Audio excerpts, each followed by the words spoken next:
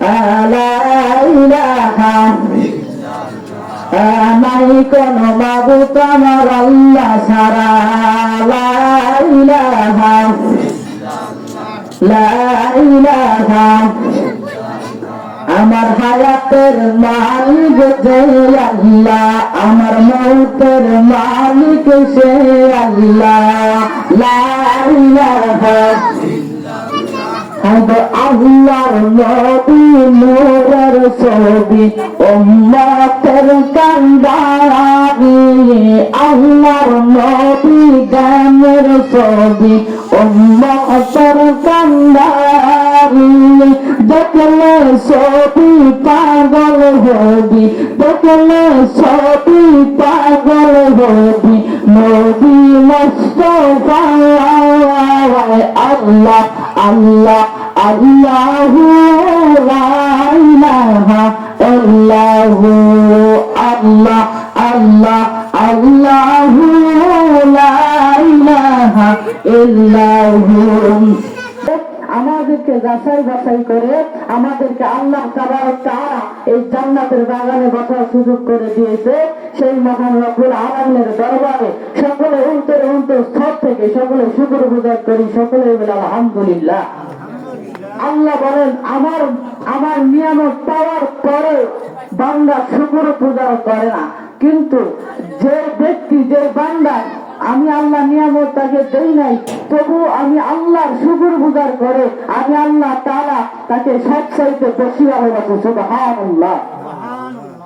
বন্ধুগণ আমার, আল্লাহর পয়গম্বর বিশ্বনবী জনাবে মুহাম্মদ রাসূলুল্লাহ সাল্লাল্লাহু আলাইহি ওয়াসাল্লাম নবী আমার কালিমার কথা বলে বাধা দেয় আবু জেহেল, উতবা, সাহেবা, ওলী ইবনে মুগীরা।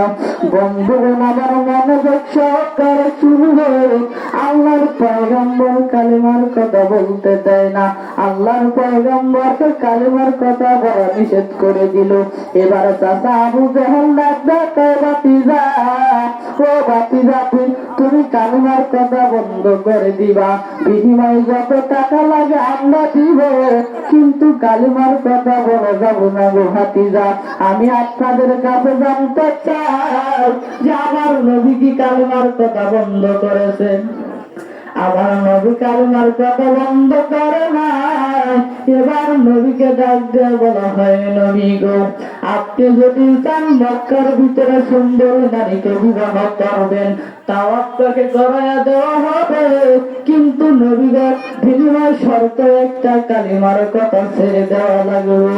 এই কথা বলার পর আবার আবু জেহেল ডাক দিয়ে বলেন, নবী গো, আপনি যদি মক্কার প্রেসিডেন্ট হতে চান তাও আপনাকে বানায় দেওয়া হবে গো নবী, বিনিময় শর্ত একটা, বিনিময় শর্ত একটা কালিমার কথা বলা যাবে না। বন্ধুগণ আমার, এই কথা বলার পর নবী আমার ডাক দেওয়া বলে, চাচা গো, আমি যদি কালিমার কথা বন্ধ করে মক্কার ভিতরে হব, তাহলে এই মক্কার ভিতরে তথ্যমন্ত্রী কে হবে বলে উতবা। এই কথা বলার পরে বলে প্রযুক্তি মন্ত্রী কে হবে বলে সাহেবা। আবার বলে তাহলে খাদ্যমন্ত্রী কে হবে বলে ওলী ইবনে মুগীরা। আমার আল্লাহর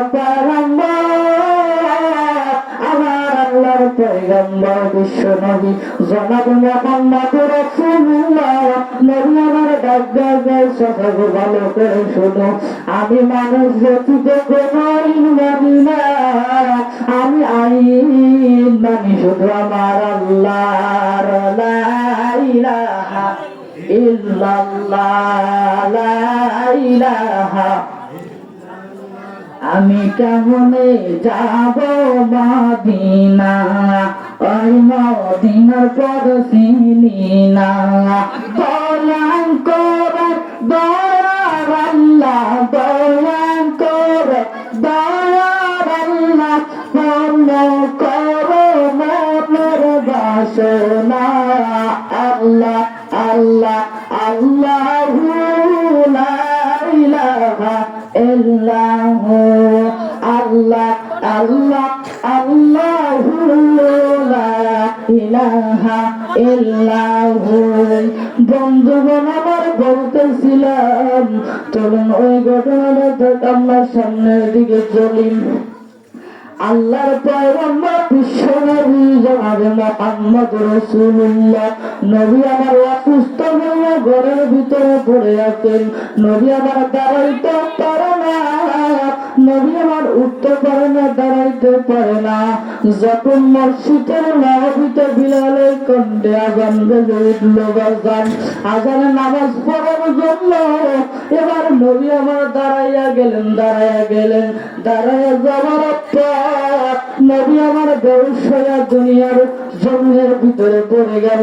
বন্ধুগণ আমার খাতুনে জান্নাত ফাতেমা তার দৌড়া উঠাইল।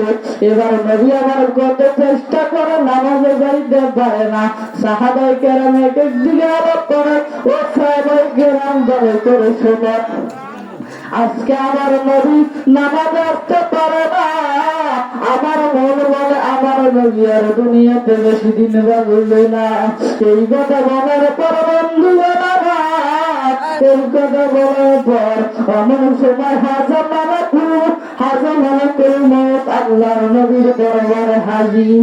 এবার দরজার ভিতরে দেখা দিয়া বলে, নবী গো,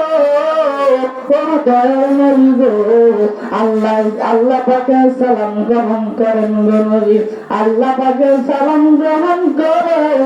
এবার খাতুনে জান্নাত ফাতেমাকে বলা হলো, ফাতেমা ঘরের দরজাটা খুলে দাও, মেহমানকে ঘরে ঢুকতে দাও, ঘরে আসার অনুমতি দাও।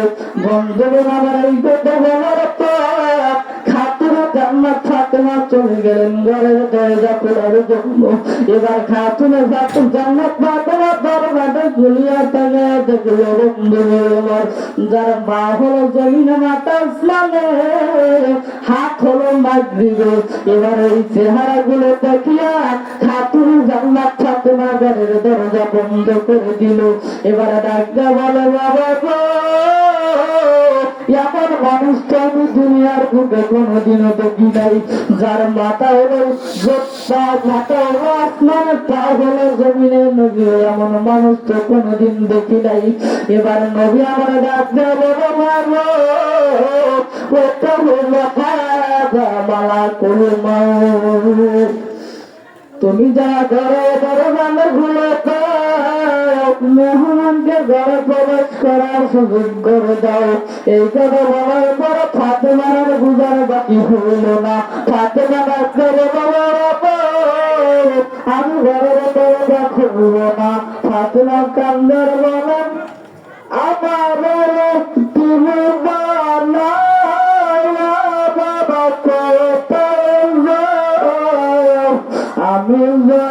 আমি ফাতেমা কার কাছে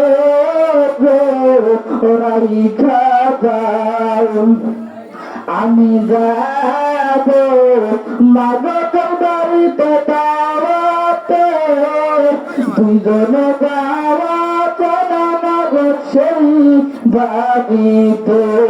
এবার বলে খাতুনে জান্নাত ফাতেমাকে বলে, ফাতেমা ঘরের দরজাটা খুলে দাও, মেহমানকে ঘরে প্রবেশ করতে দাও। এই কথা বলার পর খাতুনে জান্নাত ফাতেমা বলে, না আমি ঘরের দরজা খুলব না। তোমাকে যদি হাতে মারা ঘুমাও, জিব্রাইল আমিন যদি নিয়ে যায়, আমি চিরতরে ইতিম হয়ে যাব। আমি কার কাছে থাকবো? নবী আমি ঘরের দরজা খুলতে পারবো না। এবার খাতুনে জান্নাত ফাতেমাকে ডাকে, বলো ফাতেমা ঘরের দরজা খুলে দাও। যে মেহমান ঘরের সামনে পড়াবো, ওই মেহমান কারোর কাছ থেকে পারমিশন নেয় না। আমি নবীর ইজ্জতের খাতিরে, আমি নবীর সম্মানের খাতিরে পারমিশন নিছে।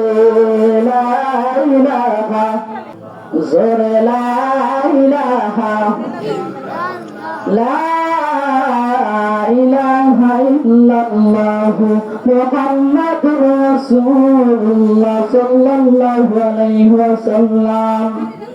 বন্ধুগণ আমার বলতেছিলাম, এবার হাজা মালাকুল মউতকে ডাক দাও, বাবাহুল ঘরের ভিতরে প্রবেশ করতে দাও।